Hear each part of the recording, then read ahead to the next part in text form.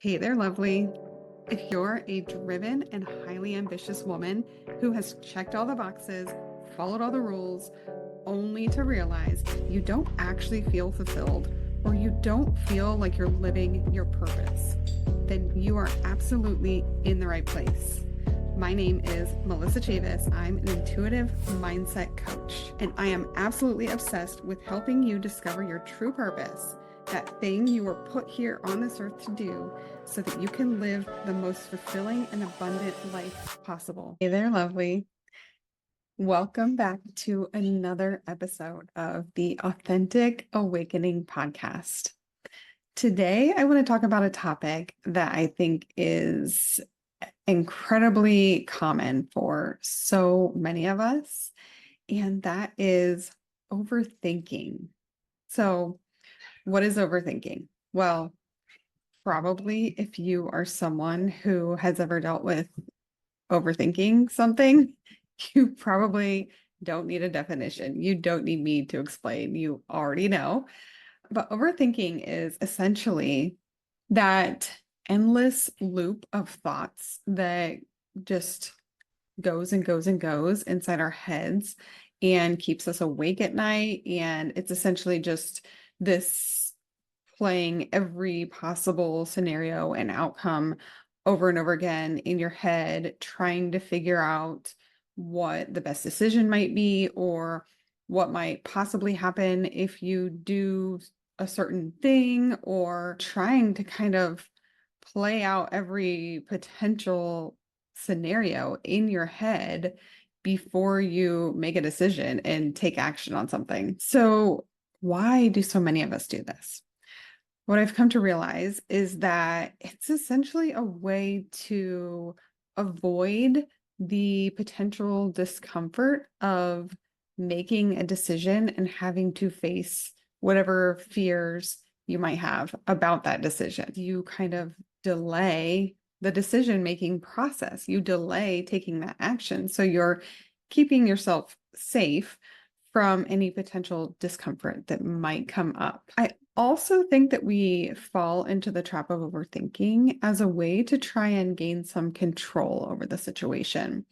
I think many of us, and I know that this was true for me, if I felt like I played out every potential scenario or every potential outcome of a decision before I actually took any action or made the final decision, then I had some sort of control over that outcome. I had some sort of control about what would happen next, as long as I kind of played it all out in my mind and tried to figure out each next move and how someone else might respond to the situation, then I felt like I could kind of control it a little bit more. It also kind of feels like we're doing something proactive, right? We're thinking about the decision. We're trying to make the best decision that we could possibly make. So we're being proactive and we're doing something. And so it's almost kind of like this way of making ourselves think that we're taking action on it because we're thinking about taking action on it, when in reality, it's really just inaction. Continuously thinking about a decision over and over again is not action. It's actually inaction and indecision. And ultimately, I mean, the truth is we have no way of predicting the future, right? So even though we think that we can maybe hopefully navigate this scenario in a way that will benefit us most or in the way that we really want it to go, ultimately, we have no control over that because we have no control over how anyone else responds to our decisions. We have no control over what actually happens in the future if we take a certain direction, if we make a decision about something, if we move in a certain way, we really don't know what's going to happen. So, the idea that we might be able to control it in some way by thinking about it more is just false. It's not reality. That's not possible. You can't actually control the outcome of a situation, no matter how much you think about it, no matter how much you try to plan for it, no matter how much you try to predict someone else's response to it. No matter what, it is truly impossible to predict what will actually happen. And there was a time in my life where this was my default way of operating. I would just overthink essentially everything in my life. And I would just have these thoughts spinning over and over and over again in my head. And I I was in this place of feeling super stuck and in this place of inaction. I was not moving toward any goals. I wasn't really making anything happen in my life at that time. I was too scared of what may result if I made a certain decision or if I took a certain action. I was too fearful about, well, what might happen if I do this thing? Or how would this person respond if I told them this thing or if I made this decision? And ultimately, what I would end up doing is just sitting in that inaction for so long that a lot of the decisions would kind of get made for me. And I would just kind of end up having someone else make the decision, or another circumstance would come up, or something else would happen that would kind of solidify the path that I needed to go on, or it would kind of, make me make a decision in that moment. And then I would be completely unprepared for going in that direction, or I would just essentially have really no say over the decision that happened. And so it was a lot of times quite the opposite of what I was trying to do. I was trying to have some control over the situation and trying to kind of predict the future.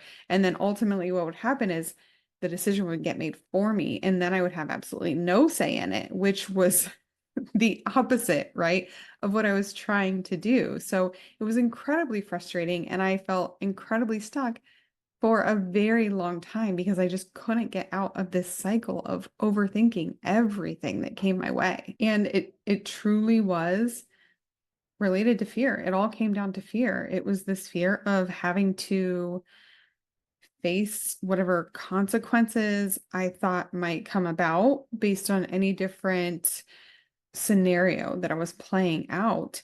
And I was truly allowing fear to control my life in so many ways. I was just too afraid of really doing the things that I wanted to do because I was afraid of what might happen if I did those things, if I made those decisions, took those actions. And so instead of just facing that, seeing what would come next, I did nothing. I was just standing still, not moving my life in the direction that I wanted to go at all. Instead, kind of feeling like it was moving in whatever direction life was taking me, right? Like I was not in the driver's seat. I was just allowing things to kind of move however someone else wanted them to move. And so basically, what fear is, and ultimately, fear is essentially this avoidance of whatever discomfort might come from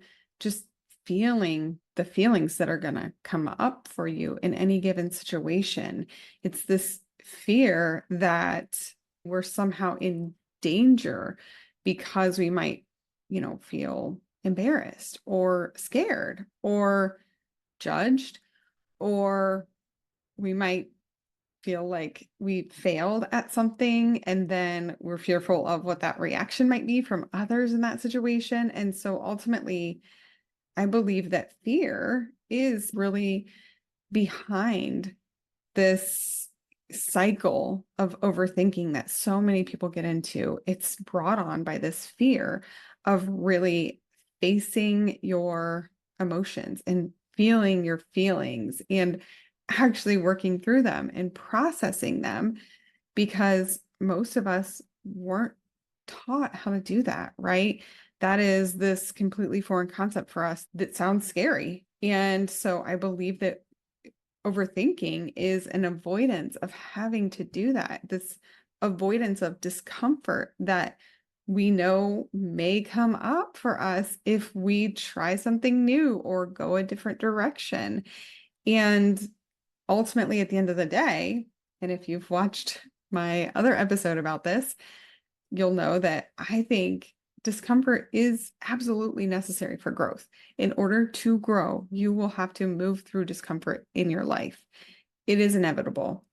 And in order to take the actions that are necessary to really change your life, to change the direction of your life, to do something different than what you've ever done before, you will face discomfort because there will be feelings that come up for you throughout that process that you've never really dealt with before, that you've never learned to deal with before. And so if you really, really want to create change in your life, you've got to get out of that cycle of overthinking everything and just start making decisions and taking action on those decisions.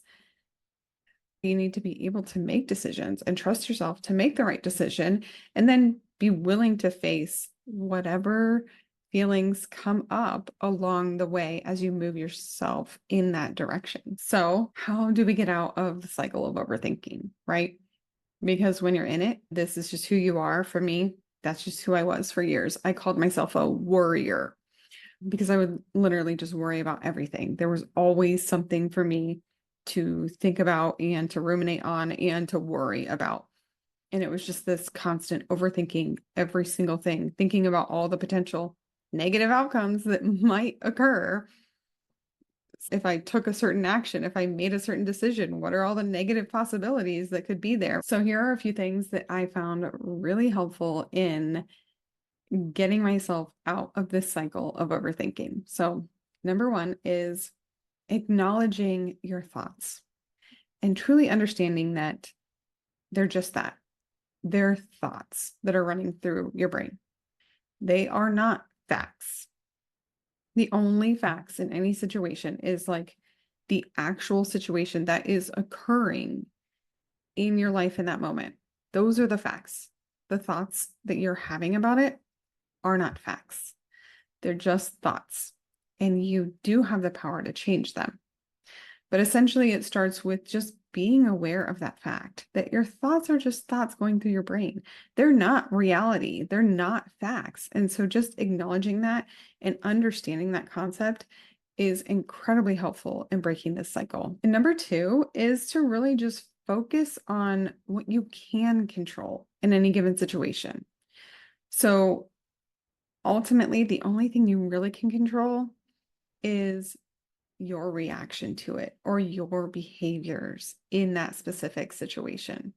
You have absolutely no control over what else might come up along the way. You have no control over how anyone else is going to react or the decisions that they're going to make about it, or the decisions or thoughts that they might have about you in the situation. You have zero control over that. And so it ultimately is truly pointless to try and control it. Just owning the fact that you can only control yourself and your decisions and your behaviors in any situation will go a long way to stop the cycle of overthinking. And number three is starting a mindfulness practice. So something like meditation or journaling, some practice that's going to pull you back to the present moment. Because ultimately, when you're in this cycle of overthinking, you're not living in the present. You're thinking about the future and what might happen then, or you're thinking about the past and what did happen when maybe you did something similar or something similar happened in the past. So you're ultimately not living in the present moment when you're overthinking. You're basically either trying to predict the future or thinking about and ruminating on the past. And really, ultimately, the only reality that exists is right now, is the present moment. There is no past, there is no future.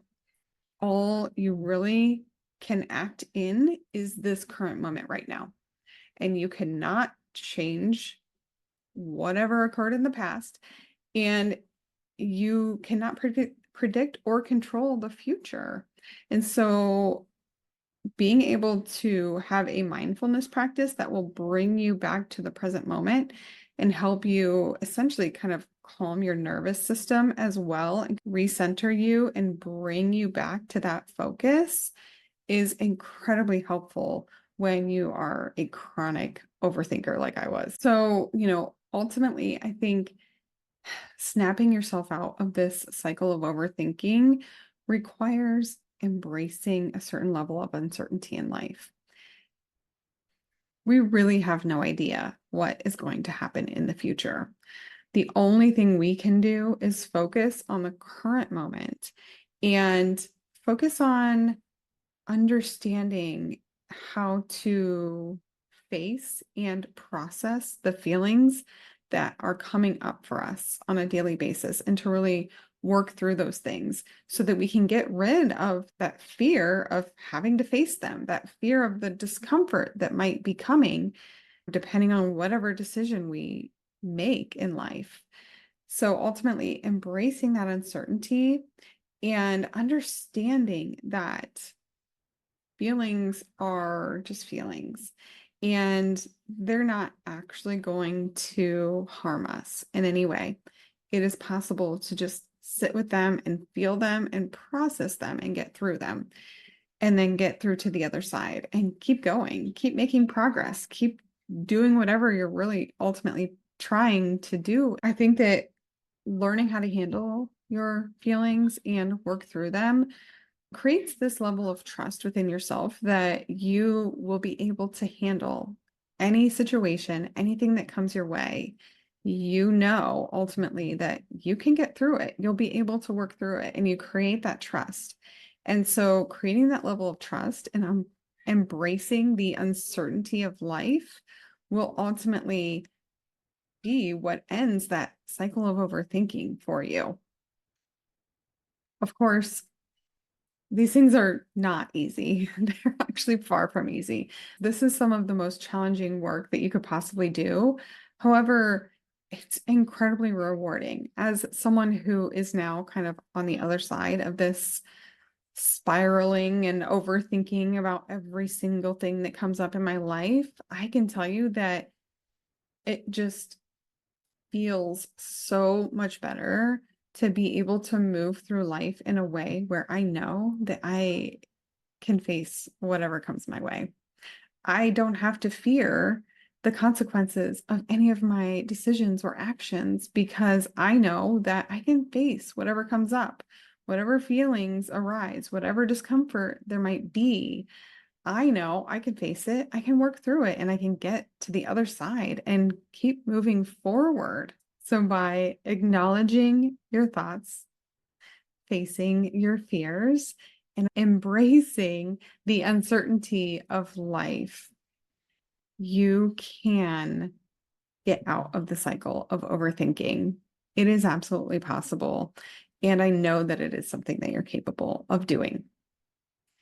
That's it for my episode today. I just want to say I'm so incredibly grateful for you spending some of your precious time with me today. And if any of this resonated with you or you felt like this was helpful in any way, I would so appreciate a like and subscribe to my channel. Until next time, with all my love. That's it for another episode of the Authentic Awakening podcast. I hope you enjoyed it. And if you found it helpful, I'd love to hear from you. You can do that by liking and subscribing to my YouTube channel or rating and reviewing the podcast wherever you're listening.